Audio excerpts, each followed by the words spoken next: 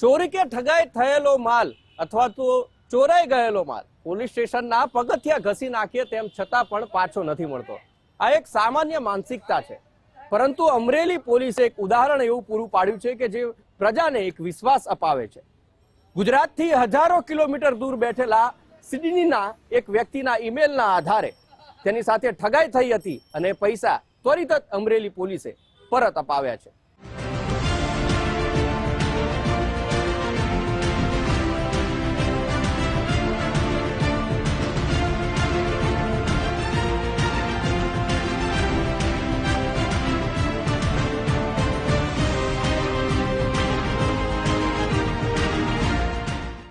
ટેકનોલોજીના યુગમાં આંગળીના ટેરવે પૈસાની હેરફેર શક્ય બની છે. દુનિયાના કોઈપણ છેડે રહેલો યુવક આસાનીથી કિંમતી ચીજવસ્તુઓ ખરીદી પોતાના પરિવારજનોને ગિફ્ટ આપી શકે છે. આ સરળ ઓનલાઈન ખરીદીનો ગેરલાભ ઉઠાવવા ગઠિયાઓ પણ જાણે ટાંપીને બેઠા હોય છે. સાયબર ફ્રોડનો શિકાર બનેલા એનઆરઆઈ વ્યક્તિને ગણતરીના દિવસોમાં અમરેલી પોલીસે 11 લાખ રૂપિયા પરત અપાવ્યા. તે પણ પોલીસ સ્ટેશનનો એક પણ ધક્કો ખાધા વગર હજારો કિલોમીટર દૂર બેઠા પૈસા ચૂકવી દીધા. મૂળ દિલ્હીના સૌરભ જોલી ઓસ્ટ્રેલિયાના સિડનીમાં છેલ્લા કેટલાક વર્ષોથી સ્થાયી થયા છે. સૌરભ જોલીએ સસ્તામાં સોનું ખરીદવાની લાલચમાં આવીને 11 લાખ અમરેલીના એક ઇસમને ટ્રાન્સફર કર્યા. ગત એપ્રિલ મહિનામાં 11 લાખ રૂપિયા ચૂકવ્યા બાદ થોડા સમય સુધી રાહ જોઈ.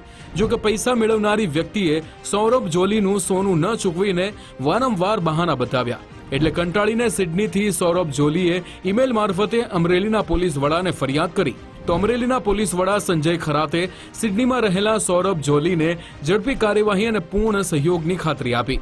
અમરેલી સાયબર ક્રાઇમ બ્રાન્ચના જવાનોએ ત્વરિત એક્શનમાં આવી પીડિતના મોબાઈલ ફોન અને બેંક ડિટેલના આધારે ઠગની તપાસ હાથ ધરી.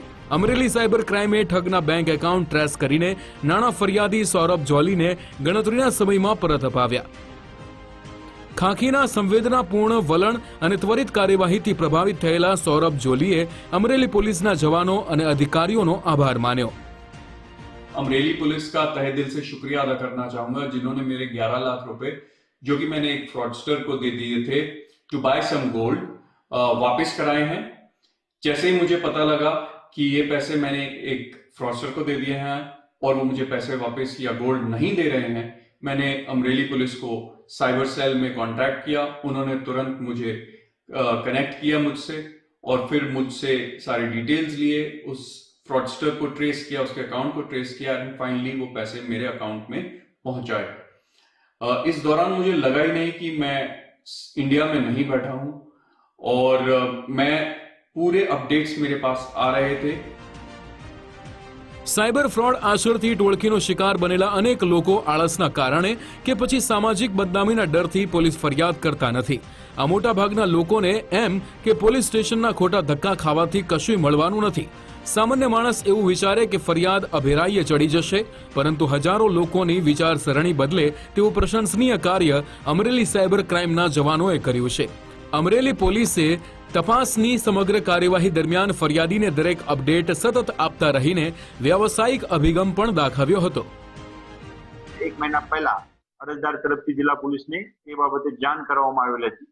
જિલ્લા પોલીસના સંવેદનશીલતા સાથે સાથે જવાબદારી પૂર્વક અને ટેક્સ સેવી પોલીસિંગના માધ્યમથી જે ગરીબ ભોગ બનનાર છે એમને કોઈ પણ પોલીસ સ્ટેશનના અથવા જિલ્લા પોલીસના ધક્કા ખાધ્યા વગર 11 લાખ રૂપિયા બહુ ટૂંક સમયમાં આશરે 40-44 દિવસમાં જિલ્લા પોલીસથી પરત કરવામાં સફળતા મેળવેલ છે. એટલે જિલ્લા પોલીસની જે સાયબરની ટીમ છે એ ટીમને પણ અમે અભિનંદન પાઠવીએ છીએ અને સાથે સાથે તમામ આ જે પ્રકારના બનાવ બને છે એ બાબતે જિલ્લાના તમામ નાગરિકો પાસે એક અપીલ પણ કરું છું કે જ્યારે પણ આ પ્રકારની કોઈ પણ સાયબર છેતરપિંડી, સાયબર ફ્રોડ, કોઈ પણ પ્રકારનું બેન્કિંગ ફાઇનાન્શિયલ રિલેટેડ ફ્રોડ આપના સાથે બનતા હોય તો જિલ્લા પોલીસનો અવશ્ય સંપર્ક કરો. ડિજિટલ યુગમાં 7 સમુંદર પાર બેસેલા ફરિયાદીના આરોપીને સકંજામાં લઈને અમરેલી પોલીસે તમામ નાણાં પરત અપાવ્યા છે. આ કેસમાં ત્વરિત અને અસરકારક કામગીરીએ ગુજરાતની પોલીસની શાખ મુઠ્ઠી ઊંચેરી બનાવી છે. આવા કેસથી સામાન્ય જનતાનો પોલીસ તંત્રમાં વિશ્વાસ મજબૂત બનશે તે નક્કી છે. જૈનિક સોજિત્રા, ગુજરાત ફર્સ્ટ, અમરેલી.